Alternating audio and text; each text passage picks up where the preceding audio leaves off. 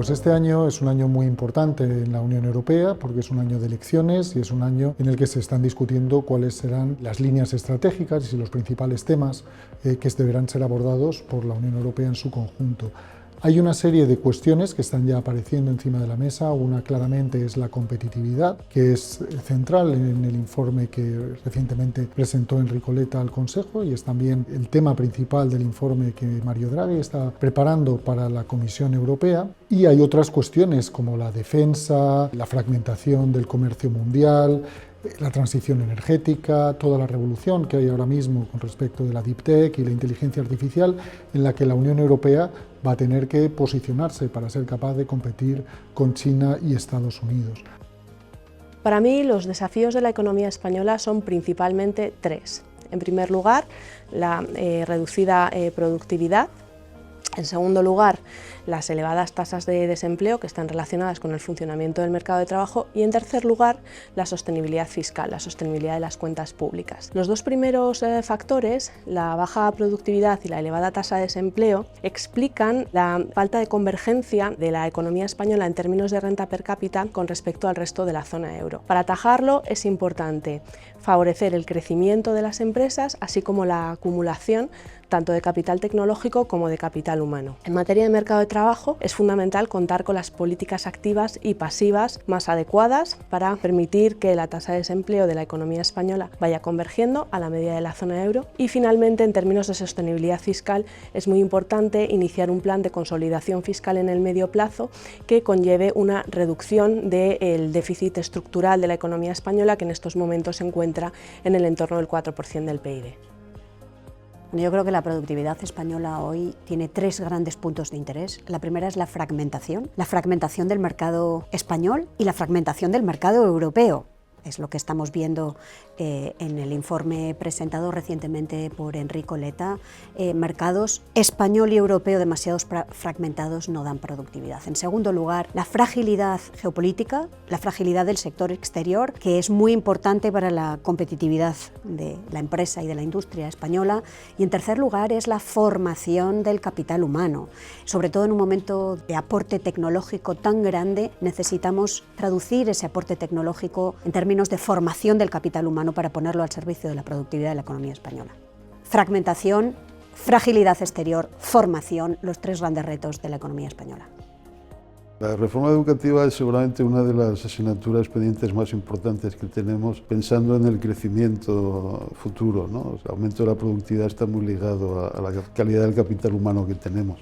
Y aquí tenemos muchas cosas pendientes, ¿no? Hemos avanzado bastante, aunque quizá no lo suficiente, en la FP, que es una de las asignaturas pendientes históricas del país. Siempre ha sido el patito feo del sistema educativo y ahora parece que le estamos prestando un poco más de atención y eso ayudará, pero también aquí hay límites, en parte por la limitada capacidad de absorción de nuestras empresas, que son muy pequeñas como para dedicarse a formar a gente de fuera, ¿no? Pero hay otros componentes del sistema en el que no solo no hemos avanzado, sino que estamos yendo hacia atrás.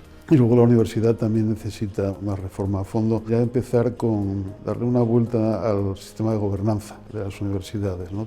Uno de los retos de la economía española y en realidad de la economía europea es financiar la transición energética con objetivos muy ambiciosos a 2030 y a 2055. Para ello tenemos un sistema bancario y tenemos presupuestos nacionales y el presupuesto comunitario, pero dado los requerimientos de financiación que se estiman al menos en 600.000 millones al año durante este periodo, es evidente que no hay suficiente margen en los presupuestos bancarios ni tampoco en los presupuestos nacionales. De forma que la unión de mercado de capitales aparece como la condición sine qua non para poder financiar todo esto. Y una parte de la unión del mercado de capitales, no la más importante, pero muy relevante, es la titulización. Hacer que las titulizaciones vuelvan a ser lo atractivas que fueron antes de la crisis financiera, de manera que el sistema bancario pueda retirar de sus balances la financiación que concede a proyectos de transformación energética y salgan a mercado en forma de titulización, de forma que el ahorrador final pueda adquirir directamente activos o títulos de esta naturaleza.